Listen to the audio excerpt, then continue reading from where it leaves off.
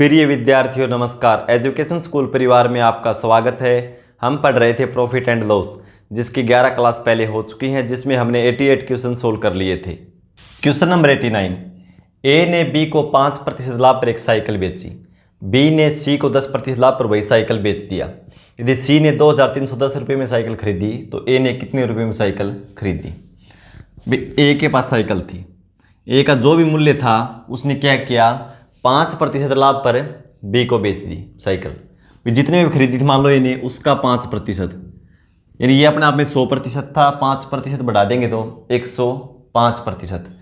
105% का मतलब 105/100। और 105/100 को मैं क्या लिख सकता हूँ, 5 से कैंसिल करके 21/20। फिर आगे बोलता है बी ने सी को 10% लाभ पर वही साइकिल बेच दी। बी ने इतने में खरीदी और इसको 10% लाभ, यानी ये जो भी वैल्यू थी इसका 110%, तो 110% हो जाए 110/100, यानी 11/10। और किसको बेच दी, सी को। और सी ने कितने में खरीदी, सी के लिए क्रय मूल्य है ये, कितने में खरीदी, 2310 रुपये में, यानी बराबर 2310। अब इसको सोल्व कर दो। देखो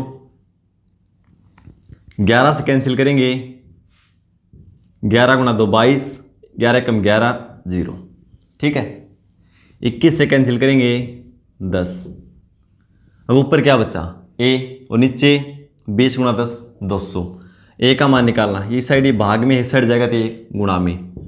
20 × 10 200, 200 10 के साथ जाके गुणा में हो जाएगा, कितना हो जाएगा, 2000 रुपये, ठीक है। तो हमारा आंसर हो जाएगा ऑप्शन ए।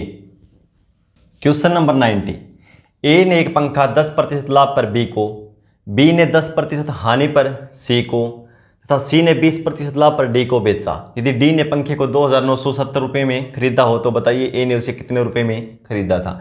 अब की बार लाभ और हानि दोनों शामिल है। देखो भाई, ए ने कितने में खरीदा था, मान लो ए रुपये में खरीदा था, ठीक है। ए ने पंखा 10% लाभ पर बी को, 10% का मतलब इसकी 110% वैल्यू, 110/100, यानी 11/10 हो जाएगी। बी ने खरीद लिया, बी के लिए 100% वैल्यू हुई। फिर बी ने 10% हानि पर सी को बेच दिया, इस पे 10% हानि हुई, यानी ये अपने आप में 100% है, यानी इसको 90% में बेच दिया, 90/100। तो हम क्या लिखेंगे 90/100 को, 9/10। तो 0 से 0 पहले कैंसिल कर देंगे, क्योंकि कैलकुलेशन ज़्यादा नहीं करनी हमें, ठीक है। ये हो गया सी के लिए कॉस्ट प्राइस। फिर सी ने 20% लाभ पर डी को बेच दिया। इस सी के लिए 100% है और 20% लाभ बेचा, यानी 120%।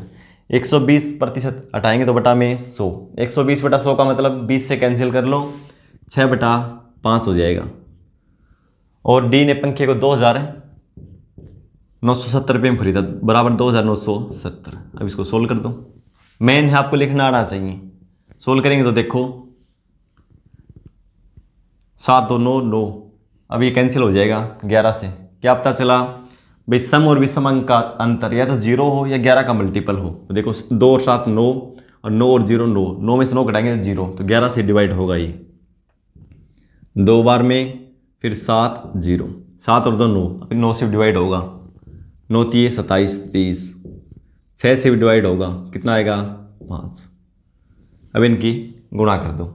ए का मान क्या हो जाएगा, देखो 10 × 10 100 × 5 500, और उधर जाएगा तो ये गुणा में हो जाएगा 500 के पर 5 गुणा करें तो कितना जाएगा, 2500 रुपये। ए ने उसे 2500 रुपये में खरीदा था, ऑप्शन डी हो जाएगा। क्वेश्चन नंबर 91, ए ने लागत मूल्य का 1/5 भाग लाभ कमाते हुए एक वस्तु को बी को बेच दी, एक वस्तु बी को बेच दी। बी ने 20% लाभ कमाते हुए सी को बेच दिया। सी ने इसे 600 रुपये में बेच दिया, जिससे उसे लागत मूल्य का 1/6 भाग हानि हुई। तो ए का क्रय मूल्य ज्ञात करें। देखो पहले में क्या था, लाभ, दूसरे में लाभ और हानि दोनों मिक्स थी। इसमें क्या है, लाभ और हानि भी है और साथ में भिन्न के रूप में दे रखा है लाभ और हानि। इसको कैसे सोल्व करेंगे, तो देखो ए का क्रय मूल्य हमने मान लिया ए, लागत मूल्य का 1/5 भाग लाभ कमाते हुए, ये अपने आप में मान लो 1 है, ठीक है। और 1/5 लाभ कमाया, यानी 5 के ऊपर 1 लाभ कमाया, तो इसकी वैल्यू कितनी हो जाएगी, 6/5, ठीक है। फिर वस्तु बी को बेच दी, बी ने 20% लाभ कमाते हुए सी को, इस पे 20% लाभ कमाया, उसके लिए क्या है वैल्यू है 100%। 20% लाभ कमाएगा तो वैल्यू 120, 120 बटा 100 यानी 6/5, ये होगा सी के लिए क्रय मूल्य। अब सी ने इसे 600 रुपये में बेच दिया, 600 रुपये में बेचा सी ने, जिससे उसके लागत मूल्य का 1/6 भाग हानि हुई, 1/6 भाग हानि हुई, यानी 6 के ऊपर 1 हानि हुई। तो इन वस्तु का मूल्य क्या हो गया 5/6, यानी 5/6 जो भी मूल्य था उसने उसके 5/6 मूल्य पर बेच दिया। और कितने में बेचा 600 रुपये में, तो बराबर 600।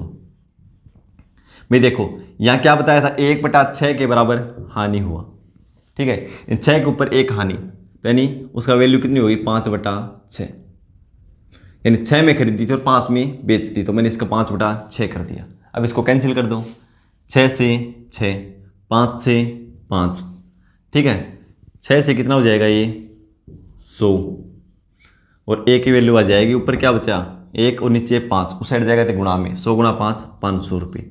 ए ने उसे 500 रुपये में खरीदा था, ऑप्शन बी।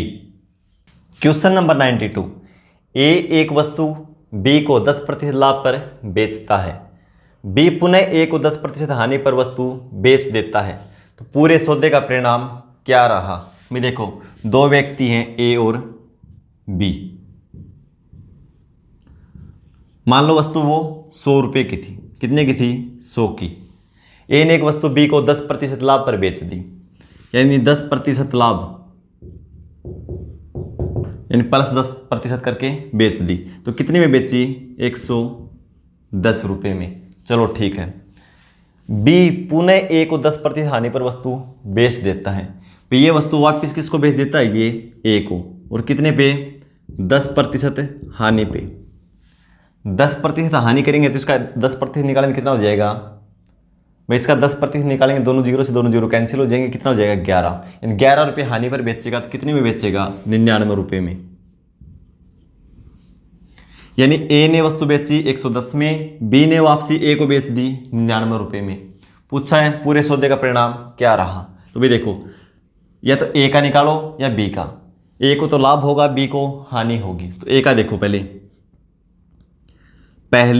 100 रुपये पर, या लिख लो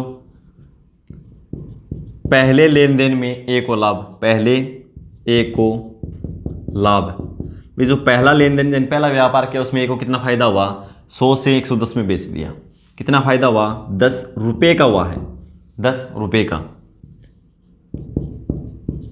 दूसरे लेन देन में बी को लाभ,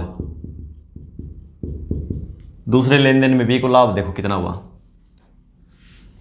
भाई, इसमें कितना था 100 रुपये में इसने खरीदी थी वस्तु, रियल में वस्तु का मूल्य क्या था 100, और 99 में वापस खरीद ली, 1 रुपये का दोबारा फायदा हो गया इसको, ठीक है भाई। इसको वस्तु 100 में मिली थी, अब वापस 99 में मिल गई, 1 रुपये का फायदा वापस इसको फिर हो गया, यानी 10 रुपये तो इसने यहाँ से कमा लिया इससे। मान लो इसके पास 100 रुपये थे, 100 रुपये के बदले इसने 110 रुपये तो यहाँ से ले लिए, यानी कितना आया 10 रुपये का फायदा तो यहाँ से ले लिया, ठीक है। फिर वापस 99 में वस्तु इसने खरीद ली, वस्तु का मूल्य कितना 100, तो 1 रुपये का फायदा इसको फिर हो गया, तो बी को फायदा कितना हुआ 11 रुपये का।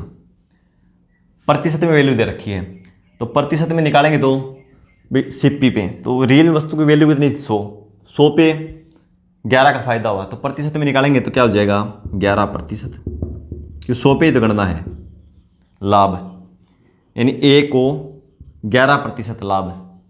ऑप्शन पहला गलत हो जाएगा, बी 20% लाभ, दूसरा गलत हो जाएगा, तीसरा हमारा बी को 11% हानि, ये चेक करेंगे एक बार, और डी को 11% लाभ। ऑप्शन क्या हो जाएगा राइट डी। लेकिन ये देखो बी को 11% हानि, तो देखो बी को 11% हानि है क्या, हानि बी को कितनी हुई टोटल भाई 110 में खरीदी थी वस्तु और 99 में बेच दी, कितनी हानि हुई बी को 11 रुपये की, किस पे हुई 110 पे।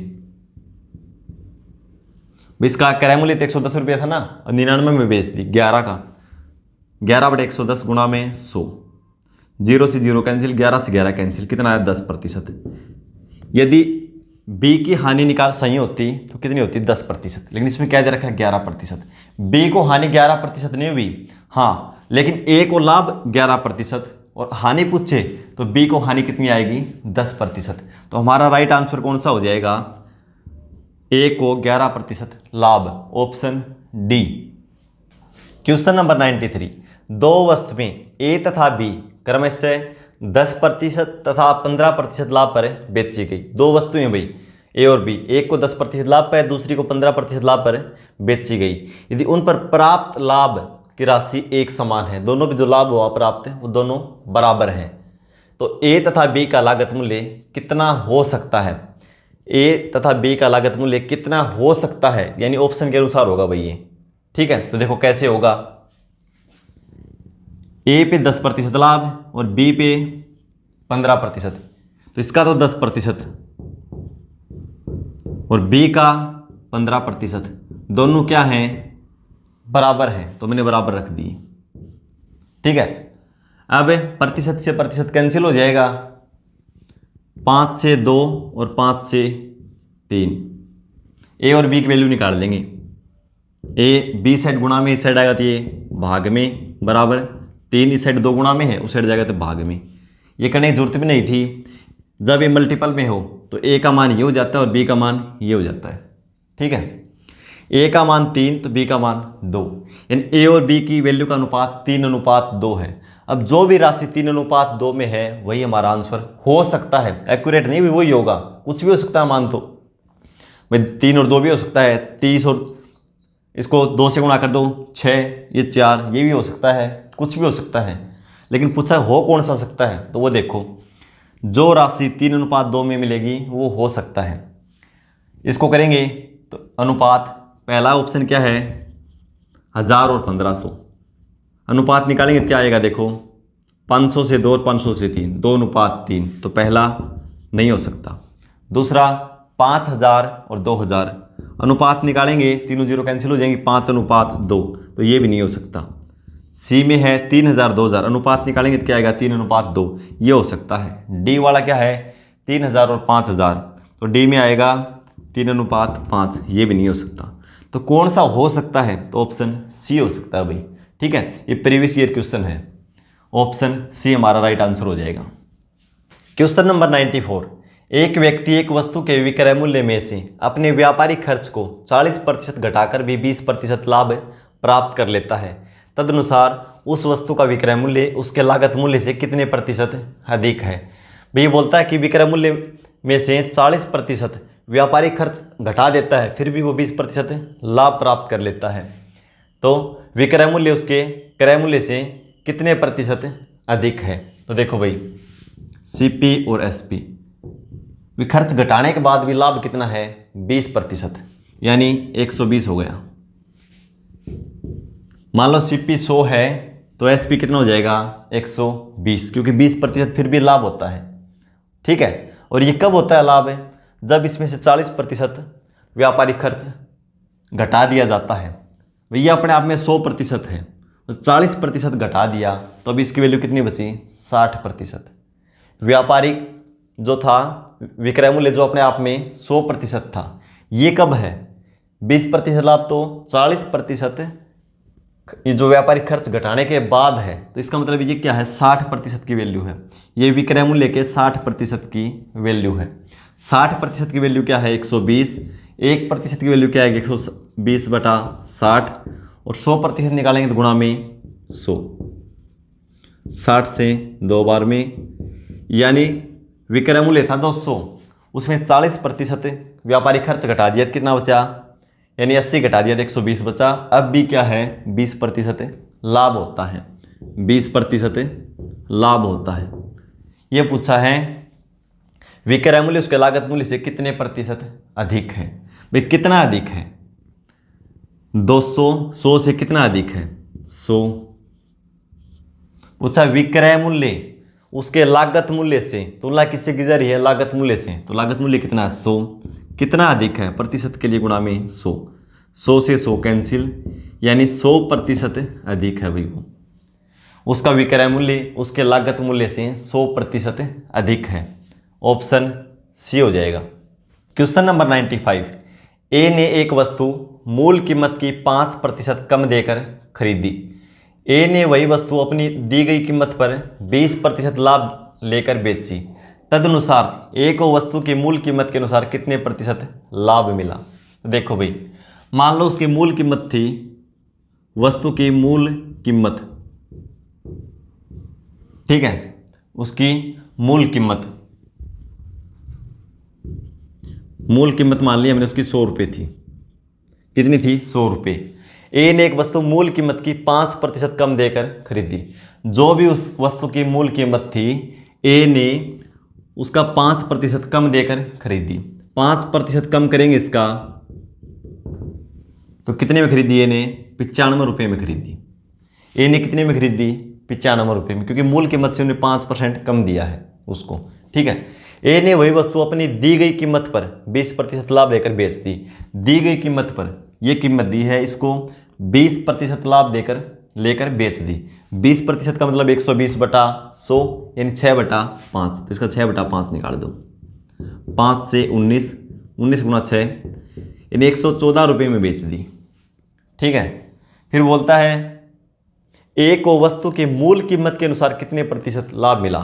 भाई इसके अनुसार कितना लाभ मिला? मूल कीमत तो वस्तु की ये थी, यूं मानो वस्तु की मूल कीमत कितनी? 100 और बेची कितने में? 114 में। तो लाभ कितना मिला? 14 रुपये का। किस पे? मूल कीमत पे, न कि 95 में। 95 में तो बता ही रखा है 20%, इस पे पूछा है। अब तो तुलना करेंगे मूल कीमत से, प्रतिशत के लिए गुणा में 100। ये करने की जरूरत भी नहीं है, क्योंकि 100 पे 14 लाभ है, कितना हो जाएगा? 14%। वैसे करोगे तो भी वही आएगा 14%, ठीक है। तो हमारा आंसर हो जाएगा ऑप्शन बी। इसी के साथ हमारा ये टॉपिक कंप्लीट होता है। मिलते हैं अगली क्लास में नए टॉपिक के साथ। तब तक आप प्रैक्टिस करते रहिए। धन्यवाद।